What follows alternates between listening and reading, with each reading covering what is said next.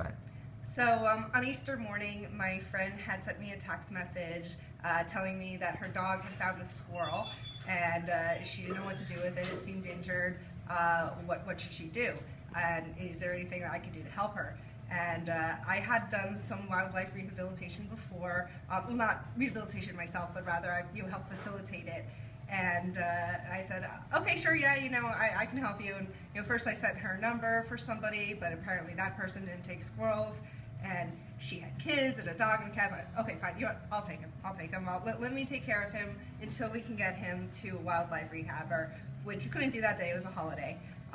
Monday came, also had trouble getting in touch with the wildlife rehabber. Of course, it was also a holiday here.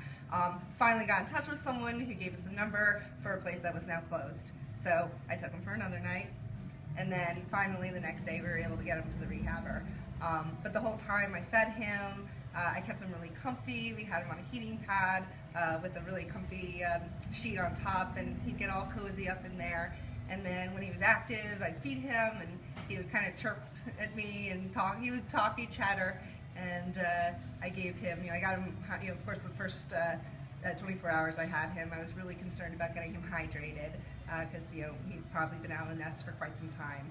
So I got him hydrated, and then the next day I got some puppy milk replacement formula and started feeding him with that as well. All of this I found from looking online. I haven't actually had experience with squirrels before, but fortunately the internet is really helpful in terms of finding information. And of course, a lot of people had said to me, oh, you should have him, keep him as a pet, it'd be fun to have a pet squirrel. I'm like, yeah, it'd be fun, but it might be illegal, and I'm not set up to handle it as wildlife. Wildlife belongs in the wild. Domestic animals, that's different. I wasn't going to keep him as a pet. But I ended up bringing him to a veterinary clinic in South Deerfield, and they assessed him.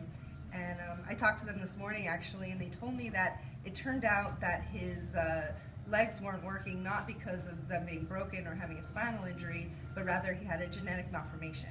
And so he'd always been like that, which was sad, but at the same time, it's almost a good thing that this happened because he would not have had a great ending. And so this way, I was able to provide him some comfort. He was very, very comfortable in his last few days. He was warm, he was cozy. I'd peek into the box and I'd see him just curled up in a little ball, just looking so cute. And of course with a gloved hand, I'd give him a little stroke, and he would grab my finger and just curl up. It was very, very cute, very, very tender. So I'm glad I was able to make his last few days better than they would have been.